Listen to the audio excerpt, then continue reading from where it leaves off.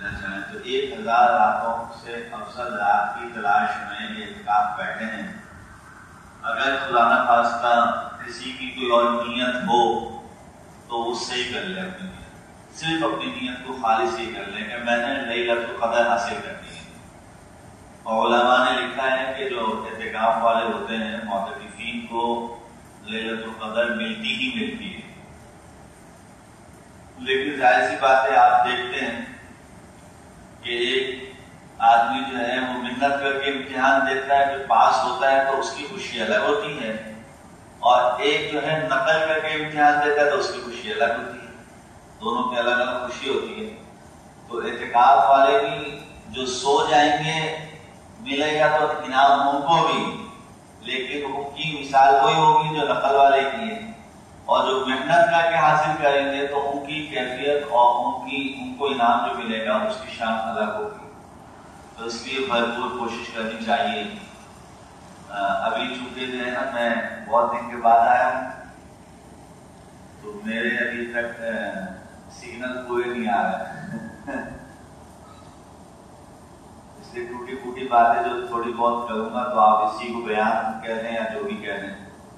پہلی بات تو لیلۃ القدر کے حوالے سے یہ. دوسری بات یہ کہ ہر کسی کا کوئی دوست ہوتا ہے، کوئی کسی کو پسند کرتا ہے، کسی کو کسی سے محبت ہو جاتی ہے، کسی کا کسی سے تعلق ہوتا ہے. اب یہ دو ہستیاں بن جاتی ہیں، ایک محب ہوتا ہے ایک محبوب ہوتا ہے. اور محب اور محبوب میں کبھی دونوں کملے ہوتے ہیں،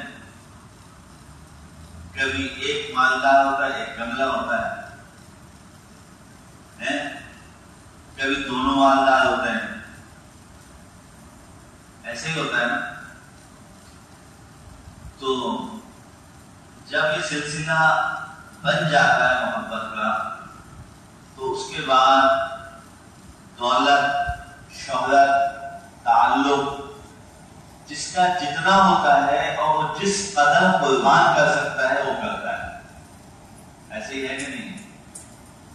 ایک دوست ہے، غریب ہے اور ایک مالدار ہے.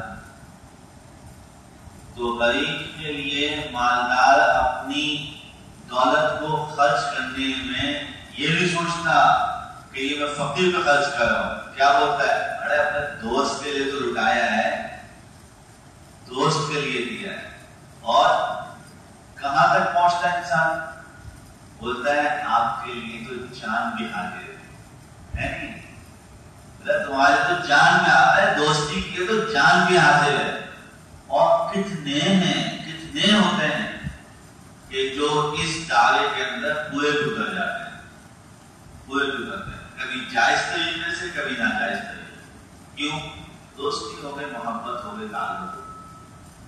یہ اللہ کے گھر پہ آ کے آپ لوگوں کا خصوصاً اس وقت میں ایسا پڑ جاتا.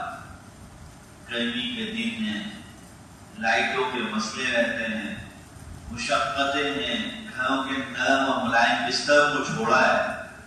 اللہ سے دوستی کرنے کے لیے آئے، اللہ سے محبت کرنے کے لیے آئے. اور اللہ کی محبت میں لازمی سی بات ہے کہ ایک مالدار ہے اور دوسرا فقیر ہے. ہم سب فقیر ہیں اور اللہ یقینی طور پہ مالدار ہے. اور یقینی مالدار بھی ایسا ہے کہ جس کو مال و دولت کی کوئی ضرورت بھی نہیں ہے. جو اس سے محبت کا دعویٰ کرتے ہیں تو بس وہ اس کو دیتا ہے. وہ ایسی جگہ پہ آئے ہیں اور ایسی عظیم ہستی اور ایسی اللہ کی ذات وہ ہمیں مل گئی، ہمیں اس کے ساتھ بیٹھنے کا موقع مل گیا. اب اگر ہم اپنی دیگر دوستیوں کے اندر وقت ضائع کریں گے تو اللہ رب العالمین کی محبت جس کو پتا ہے، اللہ تعالیٰ کو پتا ہے کہ ہم کتنی اس سے محبت کا اظہار کر رہے ہیں، تو ظاہر ہے کہ اس کے خزانے، اس کی آکار اسی کے مطابق ہوں گی. رسول اللہ صلی اللہ علیہ وسلم کا ارشاد ہے کہ قیامت کے دن عرش کے سائے کے نیچے کچھ لوگوں کا ذکر فرمایا. 7 لوگوں کا ذکر کیا کیا کہ یہ لوگ عرش کے سائے. اس میں ایک شاب نشأ فی عبادت اللہ، شاب نشأ فی عبادت اللہ، ایسا جوان جو اپنی جوانی کی مستیوں کو چھوڑ کر اللہ کی عبادت میں اپنے اوقات کو لگائے.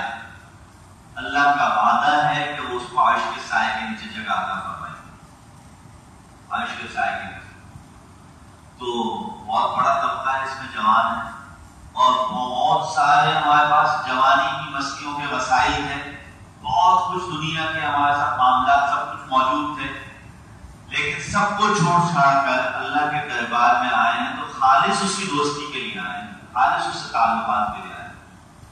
میں بیت اللہ کے پاس جب طواف کرتا تھا تو میں ایک بات سوچتا بھی تھا اور بولتا بھی تھا. وہاں تو آدمی خود ہی بولتا رہتا ہے، وہاں لاکھوں کی تعداد ہوتی ہے اور ہر آدمی بول رہا ہوتا ہے، کچھ نہ کچھ بول رہا ہوتا ہے، ہر ایک. لیکن کیسا اللہ ہے، ہر ایک کی سن رہا ہوتا ہے، ہر ایک کی طرف توجہ اس کی ہوتی ہے. اور اتنی عجیب و غریب شان اور ایسی عجیب و غریب نرالی شان کا مالک ہے کہ بیت اللہ کا جو دروازہ ہے، اللہ کے گھر کا جو دروازہ ہے، آپ نے اس کو تالا لگا ہوا ہے، اس کو تالا لگا ہوا ہے. وہ تالا اتنے آسانی سے نہیں کھلتا، اور بہت اونچا کر کے دروازہ ہے، بہت اونچا تالا لگا ہوا ہے، دروازہ بند پڑا ہوا ہے، اور لاکھوں لوگ اس دروازے کے سامنے کھڑے ہوئے مانگ رہے ہیں، اور لاکھوں لوگ اس دروازے کے آگے سے لے کے جا رہے ہیں، مانگ نہیں رہے صرف لے کے بھی جا رہے ہیں. ایسی عجیب شان. مقصد کبھی تصور کیا کہ ہم کسی دروازے پہ جائیں اور وہ دروازہ بند پڑا ہو اور پھر ہم کہیں کہ ملے گا ادھر سے ملے گا، ملے گا ادھر سے ملے گا، اور پھر لے کے بھی جائیں. یہ کیسی عجیب بات ہے، کیسی عجیب نرالی شان کا خالق و مالک ہے. بند دروازوں کے باہر اس کی عطائیں برس رہی. تو میں وہاں بیت اللہ کے ارد گرد بہت رش ہوتا ہے، تو وہاں ظاہر ہے کہ آدمی جتنا رش میں دبتا جاتا ہے نا، اتنا سانس گھٹنا، اتنا پسینہ آنا، ادھر حبس ہو جانا. بعد جو ہے ایسی کیفیت ہو جاتی ہے کہ خود اپنا منہ جو نہیں اوپر کر کے آدمی لمبے لمبے سانس لیتا ہے کہ مجھے سانس آئے. یہ کیفیت ہوتی ہے. بہت لوگ بے ہوش بھی ہوتے ہیں وہاں پہ. تو میں وہاں اس سائے کے اندر اللہ سے یوں کہتا تھا. میں مکہ میں تھا اور بیت اللہ کے سائے میں کہتا تھا. آپ مکی میں ہیں اور مکی کے سائے میں بھی آپ یہ بات کہہ سکتے ہیں. یہ بھی تو اسی کی ایک شان ہے نا.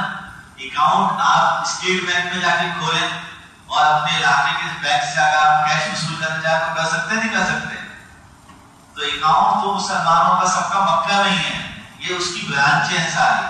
یہاں پہ بھی آپ کیش کرا سکتے ہیں، بالکل ویسے ہی کیش ہوگا جیسے وہاں ہوگا، اور بعض اوقات تو یہاں اور زیادہ بھی ہو جاتا ہے کیش. اللہ تعالیٰ دورہ دیتے ہیں نا، تو وہ تو قریب ہے، قریب والے کو کم ملتا ہے، دور والے کو لے تو بہت دور ہے، تو اس کو زیادہ ہی دے دو، بار بار آنا اس کے لیے مشکل ہوگا.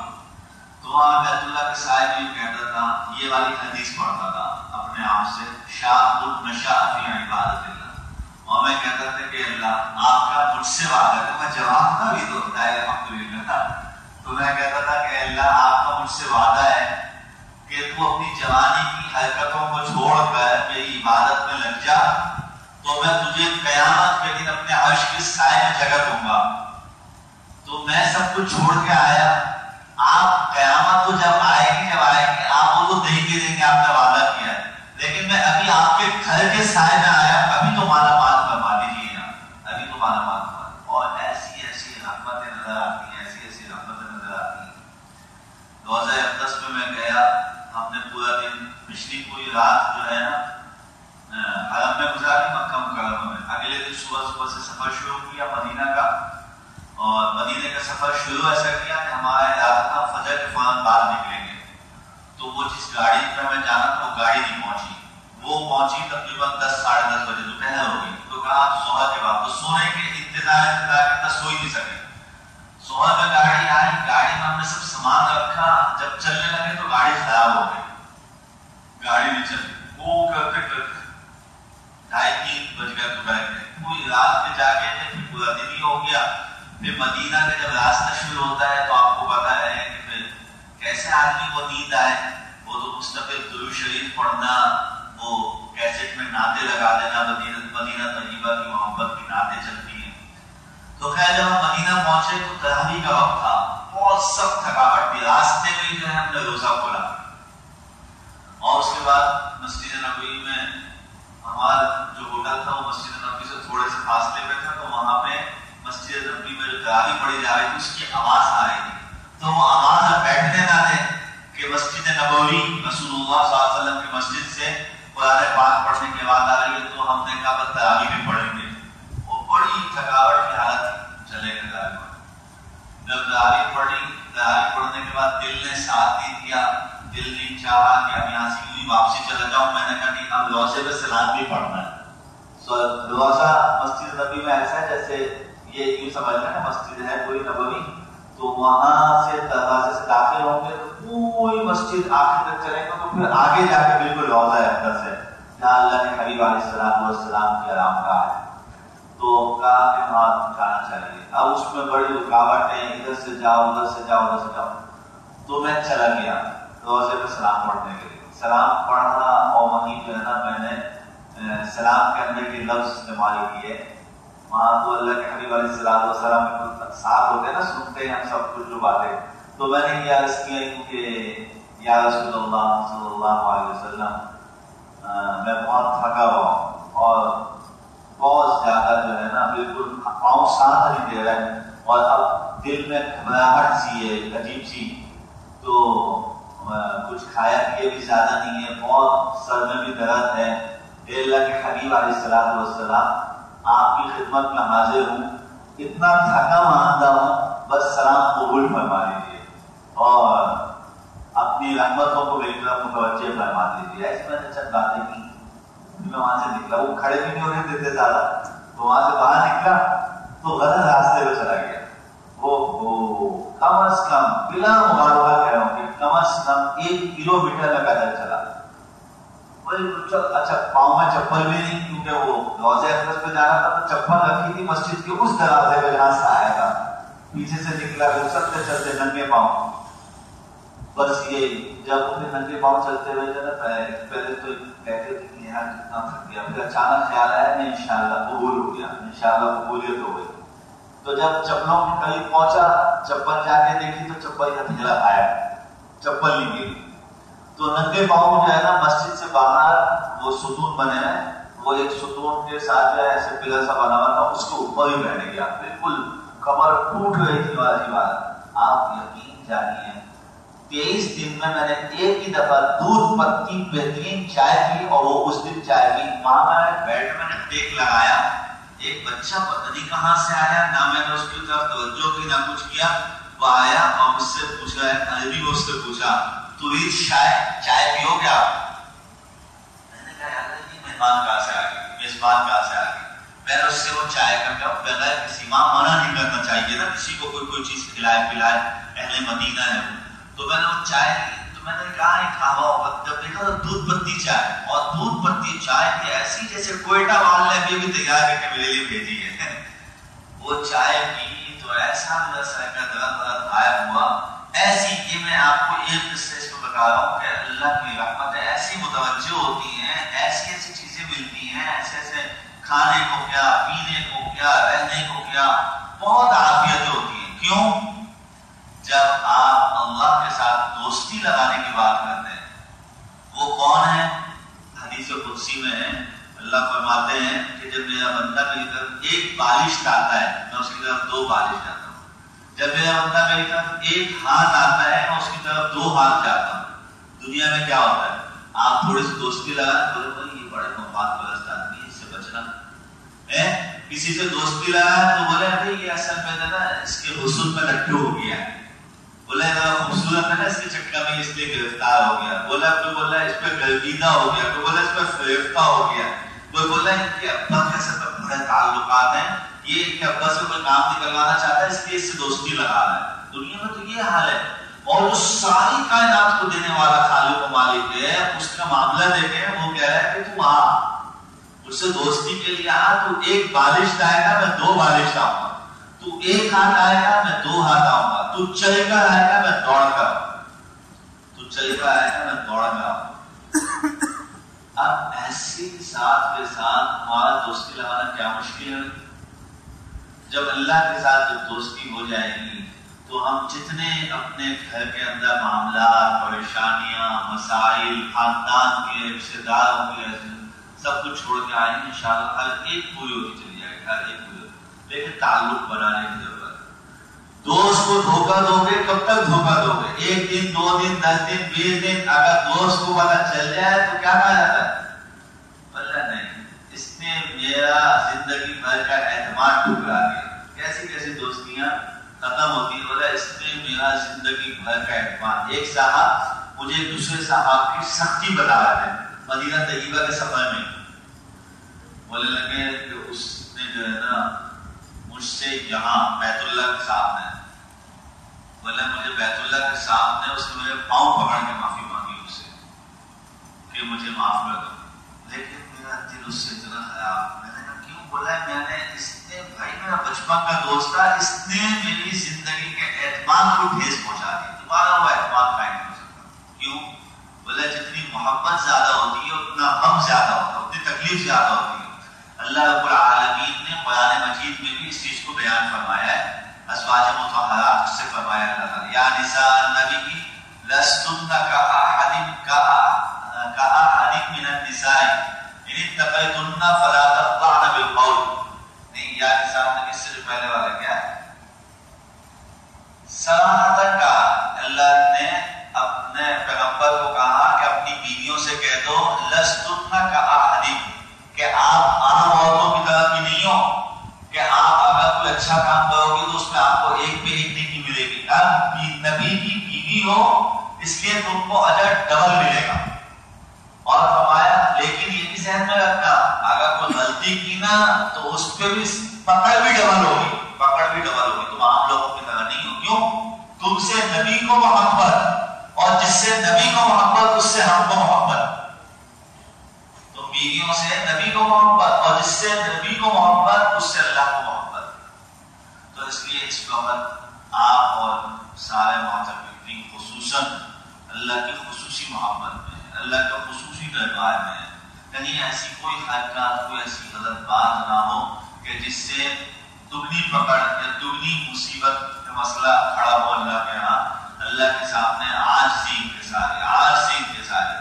اچھا، پھر میں نے یہاں ایک چیز نوٹ کی ہے، چونکہ یہ مجھ سے وابستہ رہتی ہے اس لیے میں بتا دوں کہ بہت سارے معتکفین 27 تک دعا ہی مانگتے ہیں، 27ویں شب تک کے انتظار کرتے ہیں، بولتے ہیں میرے بارے میں کہتے ہیں وہ عاشق بھائی دعا کرائیں گے وہ اس میں سب کچھ ہو جائے گا۔ عجیب بات ہے، اس وقت تک مانگتے نہیں ہیں، بولتے ہیں وہ دعا کرائیں گے اس میں سب کچھ ہو جائے گا، اس کے بعد اس لیے نہیں مانگتے، بولتے ہیں ہو گیا سب کچھ، اب کیا مانگتے ہیں وہ؟ کتنی بڑی بیوقوفی ہے۔ اس وقت تک اس لیے نہیں مانگتے، بولتے ہیں وہ اجتماعی دعا ہوگی نا اس میں سب بخشش اس میں کرا لیں گے، اور اس کے بعد اس لیے نہیں مانگتے، بولتے ہیں ابھی سب کچھ ہو گیا نا، ابھی کیا کرنا ہے؟ تو اس لیے بھائی ایسے نہیں کرو۔ اللہ تعالیٰ کے سامنے ایک شیخ وہاں بیان کر رہے تھے، غالباً مدینہ شریف میں بیان کر رہے تھے، تو وہ کہہ رہے تھے کہ رات کے وقت میں اللہ سے مانگو، تو کسی نے سوال کیا لیما تقول، آپ کیوں کہتے ہو کہ فی اللیل رات میں مانگو؟ تو انہوں نے کہا کہ تمہاری نفسیات کے مطابق کہتے ہیں، ایک تو احادیث سے بھی ثابت ہے رات کو مانگنے کی فضیلت ہے، اور پھر یہ دوسری حدیث میں بھی تم لوگوں کی نفسیات کے مطابق ہے۔ انہوں نے کہا وہ کیسے؟ کہنے لگے کہ رات کو اصل میں تم سب فارغ ہوتے ہو، تو جب تم فارغ ہو تو تمہاری نفسیات یہ کہیں گی کہ اللہ بھی فارغ ہے اس وقت میں، تم بھی اکیلے وہ بھی اکیلا، اللہ سے مانگ لو۔ اللہ کو جب ساری کائنات کا نظام چل رہا ہے نا، لیکن اللہ کے سامنے جب یہ تنہا بیٹھا ہوتا ہے تو کہتا کہ اللہ آپ بھی تنہا ہیں، آپ تو ہیں واحد، اکیلے ہیں، ہمیشہ سے اکیلے اور ہمیشہ اکیلے رہیں گے، آپ کو کسی سے پوچھنے کی ضرورت، اور اس وقت میں بھی اکیلا ہوں، ساری دنیا سوئی بھی ہے۔ تو اس تنہائی میں اللہ سے مانگنے کی عادت ڈالی ہے۔ تنہائی کے آنسو اجتماعی آنسوؤں سے کئی زیادہ فضیلت رکھتے ہیں، کئی زیادہ فضیلت ہے۔ اجتماعی طور پر جب ہم لوگ بیٹھتے ہیں، ہم لوگ روتے ہیں، دعا مانگتے ہیں، تو یقینی طور پہ اس میں نفس جو انسان کا ہے نا، نفس خود ایک شرارتی چیز ہے، وہ دل میں ڈالتا ہوں فلاں دیکھ رہا ہے، اس پہ تھوڑا سا اور بڑھا دو، وہ فلاں نے کہا ایسے تھوڑے سے آنسو آ گیا، وہ فلاں نے کہا اس لیے ذرا سا اور رو لو. تو یہ نفس شیطانیاں کر رہا ہوتا ہے. جب انسان خلوت میں ہوتا ہے، اکیلا بیٹھتا ہے، جب رونا اس کو آتا ہے تو پھر حرمین شریف میں کا امام ایک امام ہے، پہلے وہ بہت روتے تھے، اب وہ رونا شروع کرتے ہیں اور واضح محسوس ہوتا ہے کہ تھوڑی دیر خاموش ہوتے ہیں پھر صحیح پڑھنا شروع کر دیتے، پھر نہیں روتے آپ. تو مجھے ان کے شاگردوں میں سے ایک شاگرد ملے وہاں، ایسے میں نے ان سے بات پوچھی تو انہوں نے کہا کہ شیخ کو یہاں جو ہے نا پکا کہنا شروع کر دیا تھا لوگوں نے، زیادہ رونے والا. لوگوں نے ان کا نام یہ پڑ گیا تھا زیادہ رونے والا. اور عربوں میں چونکہ اس رونے کی حیثیت کو سمجھتے ہیں کہ کتنا قیمتی کام ہے کہ اللہ کے سامنے ہو، تو اس کی وجہ سے ان کو یہ ہونے لگا تھا کہ ان کی عزت، ان کا مرتبہ، ان کا مقام بڑھ رہا تھا بہت زیادہ، جس سے یہ بولتے تھے کہ مجھے خود خطرہ ہوتا ہے، ڈر لگتا ہے کہ یہ میرے اندر جو ہے نا ایک وہ تو نہیں پیدا ہوا کہ جیسے مجھے لوگ اس طرح دیکھ رہے ہیں، مجھے لوگ، اس لیے انہوں نے بس اب ان کو آیات آتی ہوں بنا کہ اتنا رونا قدرتی طور پہ آتا ہے، لیکن خود اپنے آپ کو روکتے ہیں، نہیں روتے، رونے سے رک جاتا ہے، رونے سے رک جاتا ہے، رونے سے رک جاتا ہے. یہ مفتی تقی عثمانی صاحب کو میں نے دیکھا ایک مرتبہ میں حرم شریف میں پہلے کی بات ہے، بہت رو کے دعائیں مانگ رہے تھے. ابھی اس سفر میں ان کی وہ پڑھ رہا تھا، پہلے سنی بھی بہت تھی، تو اس میں ایک شعر سامنے سے گزرا تو میں بڑا حیران ہوا کہ یہ تو اتنے رونے والے آدمی ہیں، اور انہوں نے وہ شعر کہا ہے یہ آنکھیں خشک ہیں یار انہیں رونا نہیں آتا، سلگتے داغ ہیں جنہیں دھونا نہیں آتا. آنکھوں کو کہہ رہا خشک، رونے والا بھی کہتا ہے کہ میری آنکھوں میں رونا نہیں آتا. کیوں؟ اللہ کے ہاں ان آنسوؤں کی اتنی قدر و قیمت ہے، اگر یہ کسی اور کے لیے آنسو ہو گئے تو بیکار تھا، بیکار کے آنسو ہو گئے، کوئی فائدہ نہیں. یہ آنسو جب اللہ کے لیے ہوں گے تو اس کی عظمت، اس کا مرتبہ مقام بہت زیادہ ہوگا. تو اس لیے کوشش کیجیے اکیلے میں بیٹھ کے شرم آئے تو رومال ڈالیں، اپنے اوپر رومال ڈالیں، رومال ڈال کے اللہ سے مانگیں، اور یہ یقین کے ساتھ مانگیں کہ جب میں روؤں گا تو جیسے میرا رونا میری ماں نہیں دیکھ سکتی، میرا رونا میرا باپ نہیں دیکھ سکتا، میرا رونا میرا کوئی بھائی نہیں دیکھ سکتا، میرا رونا کوئی میری بہن نہیں دیکھ سکتی، تو یہ ان سب کو تو محبت کے ٹکڑے دیے، ٹکڑے میں ٹکڑوں کے بھی ٹکڑے دیے. جو محبتوں کا پیدا کرنے والا خالق و مالک، اس کے پاس کتنی محبت ہوگی. جب یہ میرے محبت کرنے والے مجھے روتا نہیں دیکھ سکتے تو اللہ مجھے کیسے روتا ہوا دیکھیں گے؟ وہ تو میری یقینی طور پہ میری فریادوں کو پورا فرمائیں گے، میری تمناؤں میری دعاؤں کو قبول فرمائیں گے. اس یقین کے ساتھ دعائیں مانگنی چاہیے. اللہ تعالیٰ توفیق عطا فرمائے. وآخر دعوانا الحمدللہ رب العالمین. 3 بج گئے، مجھے جانا ہے اور پہنچنا ہے، کہیں وقت دیا ہوا ہے، گھر پہ وقت دیا ہوا ہے کہ ساری گھر آ کے کھاؤں گا، تو اس لیے مجھے وہاں پہنچنا ہے. آپ ہزار سے زیادہ چاہتا ہوں انشاءاللہ پھر اگلی راتوں میں ملاقات آپ سے ہوتی رہے گی. آپ مولانا راشد قمر صاحب دامت برکاتہم کا بیان سن رہے تھے، جو کہ عارف باللہ حضرت مولانا شاہ حکیم محمد اختر صاحب رحمۃ اللہ علیہ کے مجاز بیت ہیں. حضرت کے دیگر بیانات سننے کے لیے وزٹ کیجیے ویب سائٹ bangemullah.com کو، یا فیس بک، ٹیلی گرام، ٹویٹر اور یوٹیوب پر بانگ ملا کو سرچ کیجیے. تمام بیانات iTunes کے پوڈ کاسٹ سیکشن میں بھی موجود ہیں. حضرت کے خدام کی اس کاوش کے بارے میں اپنی تجاویز، تاثرات یا آرا دینے کے لیے آپ ہمیں bangmullah@gmail.com پر ای میل کر سکتے ہیں.